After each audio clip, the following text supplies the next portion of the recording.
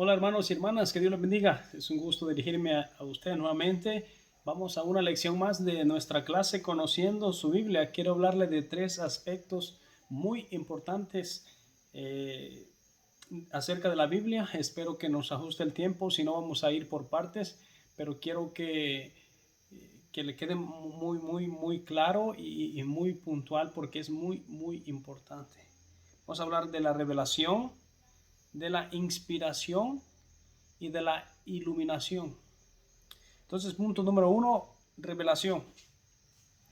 Sabemos que Dios habló al hombre, pero ¿cómo habló? Es decir, ¿cómo fue que sucedió eso? Hebreos 1.1 nos informa que Él habló a los padres y a los profetas de muchas maneras. Un examen cuidadoso de la Biblia revela por lo menos 8 métodos diferentes de comunicación. ¿Cuáles son esos? Con frecuencia habló a los hombres por medio de ángeles. Ahora considere en esto que fueron ángeles los que le aseguraron a Abraham acerca del nacimiento de Isaac y le informaron de la decisión de Dios de destruir a Sodoma. Número 2. Fueron ángeles los que le advirtieron a Lot que se escapara de Sodoma antes de que la temible destrucción llevara a cabo. 3. El ángel Gabriel le explicó la naturaleza de la tribulación a Daniel. Y así hay muchos ejemplos. Ahora, habló por ángeles. Inciso B, habló a los hombres por medio de una fuerte voz.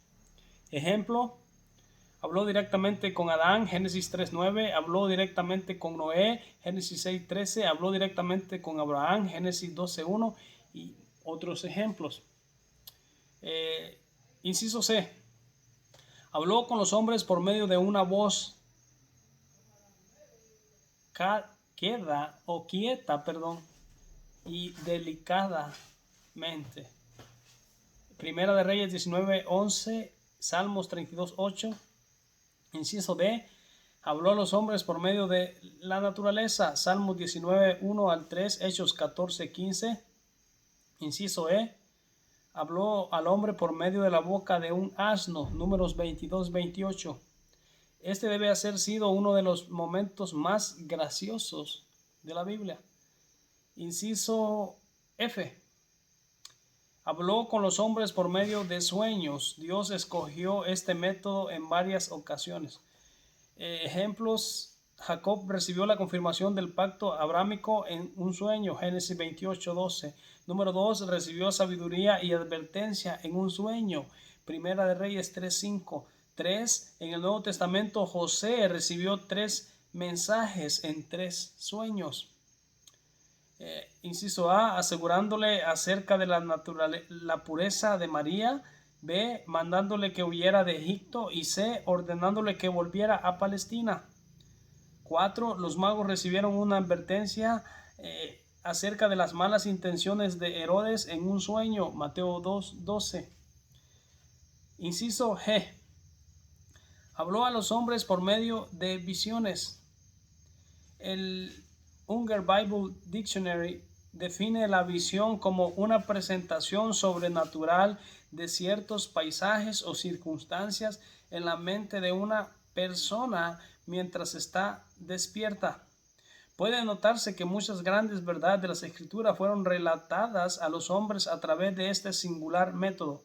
Ejemplos: Jacob recibió instrucciones de ir a Egipto en una visión. David fue advertido de juicio en una visión. Isaías vio la santidad de Dios en una visión. Daniel vio los grandes poderes gentiles en una visión. Daniel vio las glorias de Cristo en una visión. Daniel vio la subida y caída de Alejandro Magno en una visión. Y así hay muchos ejemplos. H, habló a los hombres por medio de cristofanías. Unas cristofanías es una aparición de Cristo. Algunos teólogos han visto varias de estas apariciones en el Antiguo Testamento, creyendo que el término el ángel de Jehová es una realidad, otro nombre para Cristo. Si esto es cierto, se podría proponer los siguientes ejemplos de comunicación por cristofanía. El ángel de Jehová luchó con Jacob, Génesis 32:24. El ángel de Jehová redimió a Jacob, de todo mal. Génesis 48:16. El ángel de Jehová habló con Moisés desde la zarza ardiente. Y así hay muchos ejemplos. Ahora vamos al número 2. Inspiración. La inspiración. Hemos hablado de varias posibilidades y maneras que Dios pudo haber utilizado para transmitir su revelación a los escritores humanos. Ahora, consideremos el próximo gran paso, el de la inspiración. Los oídos pueden haber escuchado el mensaje, pero ¿cómo reaccionarían los dedos? ¿Qué implica el transferir la voz de Dios al vocabulario humano? Ahora examinaremos 5 áreas relacionadas con este tema. Pero antes de hacerlo, definamos la palabra en sí. El término inspiración se encuentra solo una vez en el Nuevo Testamento. Ocurre en 2 Timoteo 3:16. Pablo dice, toda la escritura es inspirada por Dios. La palabra griega es teopaneustos, y literalmente significa soplado por Dios. Diversas teorías sobre la inspiración. Número 1, la teoría natural. Esta dice que todos los escritores de la Biblia fueron inspirados en el mismo sentido en el que Shakespeare fue inspirado. En otras palabras, esa chispa de inspiración divina que supuestamente está en todos los hombres, sencillamente ardió un poco más fuerte en el corazón de los escritores bíblicos. El apóstol Pedro rechaza esta teoría totalmente. Dice, entendiendo primero esto, que ninguna profecía de la escritura es de interpretación privada. 2 Pedro 1:20. Número 2, la teoría mecánica. Esta teoría sostiene que Dios fría e inexpresiblemente dictó la Biblia a sus escritores como el administrador de una oficina dictaría una carta a su personal. Debería haberse notar aquí la Biblia que en la historia del amor divino y Dios no es así remotamente mecánico ni frío en cuanto a este tema. Por lo tanto, el Espíritu Santo jamás traspasó los límites del vocabulario del escritor. Es así que el culto Pablo usa muchas palabras de 85 centavos, mientras que el menos letrado Juan emplea más palabras de 25 centavos. Entonces, ambas escrituras están igualmente inspiradas por Dios. Mire, 2 Timoteo 3:16, el doctor Charles Hodge ha escrito acertadamente sobre este tema. La iglesia jamás ha mantenido lo que se ha estigmatizado como la teoría mecánica de la inspiración. Los escritores sagrados no eran máquinas, su autoconocimiento no estaba suspendido, tampoco fueron suplantados sus poderes intelectuales. Los hombres santos hablaban a medida de que los movía el Espíritu Santo. Eran hombres, no máquinas. No eran instrumentos inconscientes, sino mentes vivas, pensantes, voluntarias que el Espíritu Santo utilizó como órganos. Los escritores sagrados dejaron sus características en sus diversos producciones tan claramente como si hubiesen sido sujetos a ninguna influencia extraordinaria.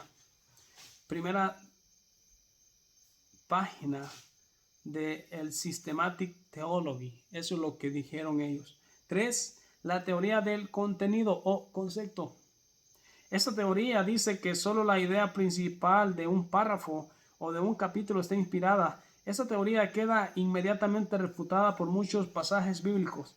Porque de cierto os digo que hasta que pase el cielo y la tierra, ni una jota ni una tilde pasará de la ley hasta que todo se haya cumplido. Mateo 5:8, B18. Estas son las palabras postreras de David. Dijo David, hijo de Isaí, dijo aquel varón fue levantado en lo alto, el ungido del Dios de Jacob, el dulce cantor de Israel. El Espíritu de Jehová ha hablado por mí y su palabra ha estado en mi lengua. 2 Samuel 23:1 al 2. 4. La teoría parcial. Dicha teoría sostiene que solo ciertas partes de la Biblia están inspiradas. Esta sería, por supuesto, la posición del teólogo liberal. el cual aceptaría gozosamente las porciones de la Biblia que tratan del amor y de la fraternidad, pero rechazaría rápidamente los pasajes que tratan del pecado, la justicia y el juicio futuro. Pero hay que decir que el cielo y el infierno son como lo alto y lo bajo, no puede existir uno sin el otro. Pablo refuta la teoría parcial en 2 Timoteo 3:16. En su texto Dispensational Theology, el doctor Charles F. Baker escribe: se dice que cierto obispo había dicho que la Biblia fue inspirada en partes. Cuando se le preguntó por qué se basaba para hacer tal declaración, citó Hebreos 1:1 diciendo que ese pasaje significa que Dios habló en diversos tiempos, en diversos grados. Por lo tanto, algunas partes estaban completamente inspiradas, otras estaban solamente parciales, y otras no tenían inspiración alguna. El obispo se sintió abochornado cuando un laico le preguntó: ¿cómo sabe usted que Hebreos 1:1, la escritura en la cual basa su argumento, es una de esas partes plenamente inspiradas? ¿Me entiende? Sucede ahora, iglesias, mujeres están ahí predicando. Cuando usted va y le dice los requisitos de los pastores, obviamente dice marido de una sola mujer. Ahora yo pregunto, ¿puede una mujer ser marido de una mujer? Pero estas pastoras no predican de estos pasajes.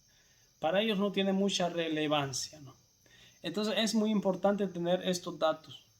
Y yo le animo a seguir adelante. Gracias por estar comprometido con Dios estudiando la Biblia. Que Dios lo bendiga y le use mucho. Saludos.